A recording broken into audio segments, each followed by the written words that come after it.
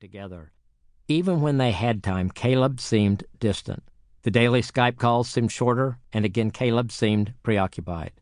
Anna knew it was probably all in her head, but the fear of ending up like her mom scared her in a way she had never experienced before. The distance she felt involved a lot more than just the miles between them. Where are you? There was a time when we did not have the technology of today. I was ecstatic when I purchased my Motorola flip phone. Many of you will have no idea what that is. That's okay. Someday your kids will have no idea about the things we think are so amazing today. Before cell phones, this was a common narrative. If someone called you, they never asked, "Where are you?" because they knew. You were on a landline tethered to your home, business, or some other place they had called. If you were driving around and wanted to call someone to say you were running late or just to check in, you had to locate a phone booth. A phone booth was the place where Clark Kent would change into the Man of Steel. As a mere human, you could step inside one, find a phone, pick it up, insert a few coins, and call someone. I learned all of this from watching old movies. My point is this. Before cell phones, it took a lot of effort to connect with people. Even if you made the effort to call someone at home on their landline, there was no assurance that they were home. Before caller ID, you had no proof that you ever tried to call them. Today, most of us have our phones in our hands, pockets, or purses. When someone calls, I know who is calling and can choose not to answer. The problem is that the person calling knows what I did. One other side note. We have gone from the early years of using these cell phones exclusively for calls to mobile devices with so many uses that for most of us, calling is the last thing we use them for. That brings us to this dilemma. Technology has erased our excuses for not connecting. We have so many ways and so many options when it comes to connecting with another person. The expectation level has gone through the roof. And when we don't take advantage of the opportunities, the other person can feel neglected, rejected, and distant. The question for you is, as a couple, how can you use technology to bring you closer to each other and close the distance gap? Jack and Lucy. I met Jack and Lucy when they came to see me about their teenage son. He was struggling in school, which was causing tension at home.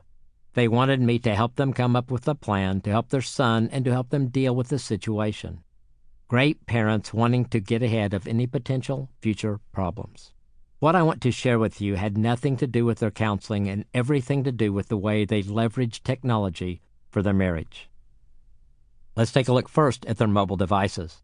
Jack and Lucy both worked. Jack had a demanding full-time job that he loved.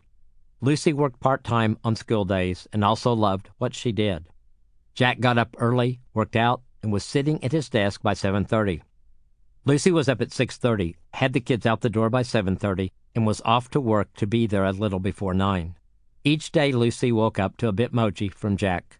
Sometimes they were sweet, sometimes funny, and sometimes sexy. Lucy would return the favor with a creative Bitmoji of her own. During the day, they would text each other. The texts were not to get a conversation going, but rather to let each other know they were thinking about the other. Jack did not travel much, but when he did, they Skyped at night, sometimes for a few minutes and sometimes much longer. I asked them this question: do either of you ever feel distant from the other? The answer from both was no. I believed them. If there were distance gaps between them, they both looked for ways to bridge the gaps. They were proactive with their marriage just like they were with their son. Danger signs. Do you leave for hours or days at a time without explanation? Does your spouse leave for hours or days at a time without explanation? Have either of you lied about your whereabouts? Have either of you suspected the other was being unfaithful? Do either of you get angry when asked about your whereabouts? Tough questions. Even tougher if you answer yes to one or more of them. We live in a society where trusting someone can be difficult. We all know someone who had a seemingly good marriage that ended abruptly. We know husbands and wives who have had affairs.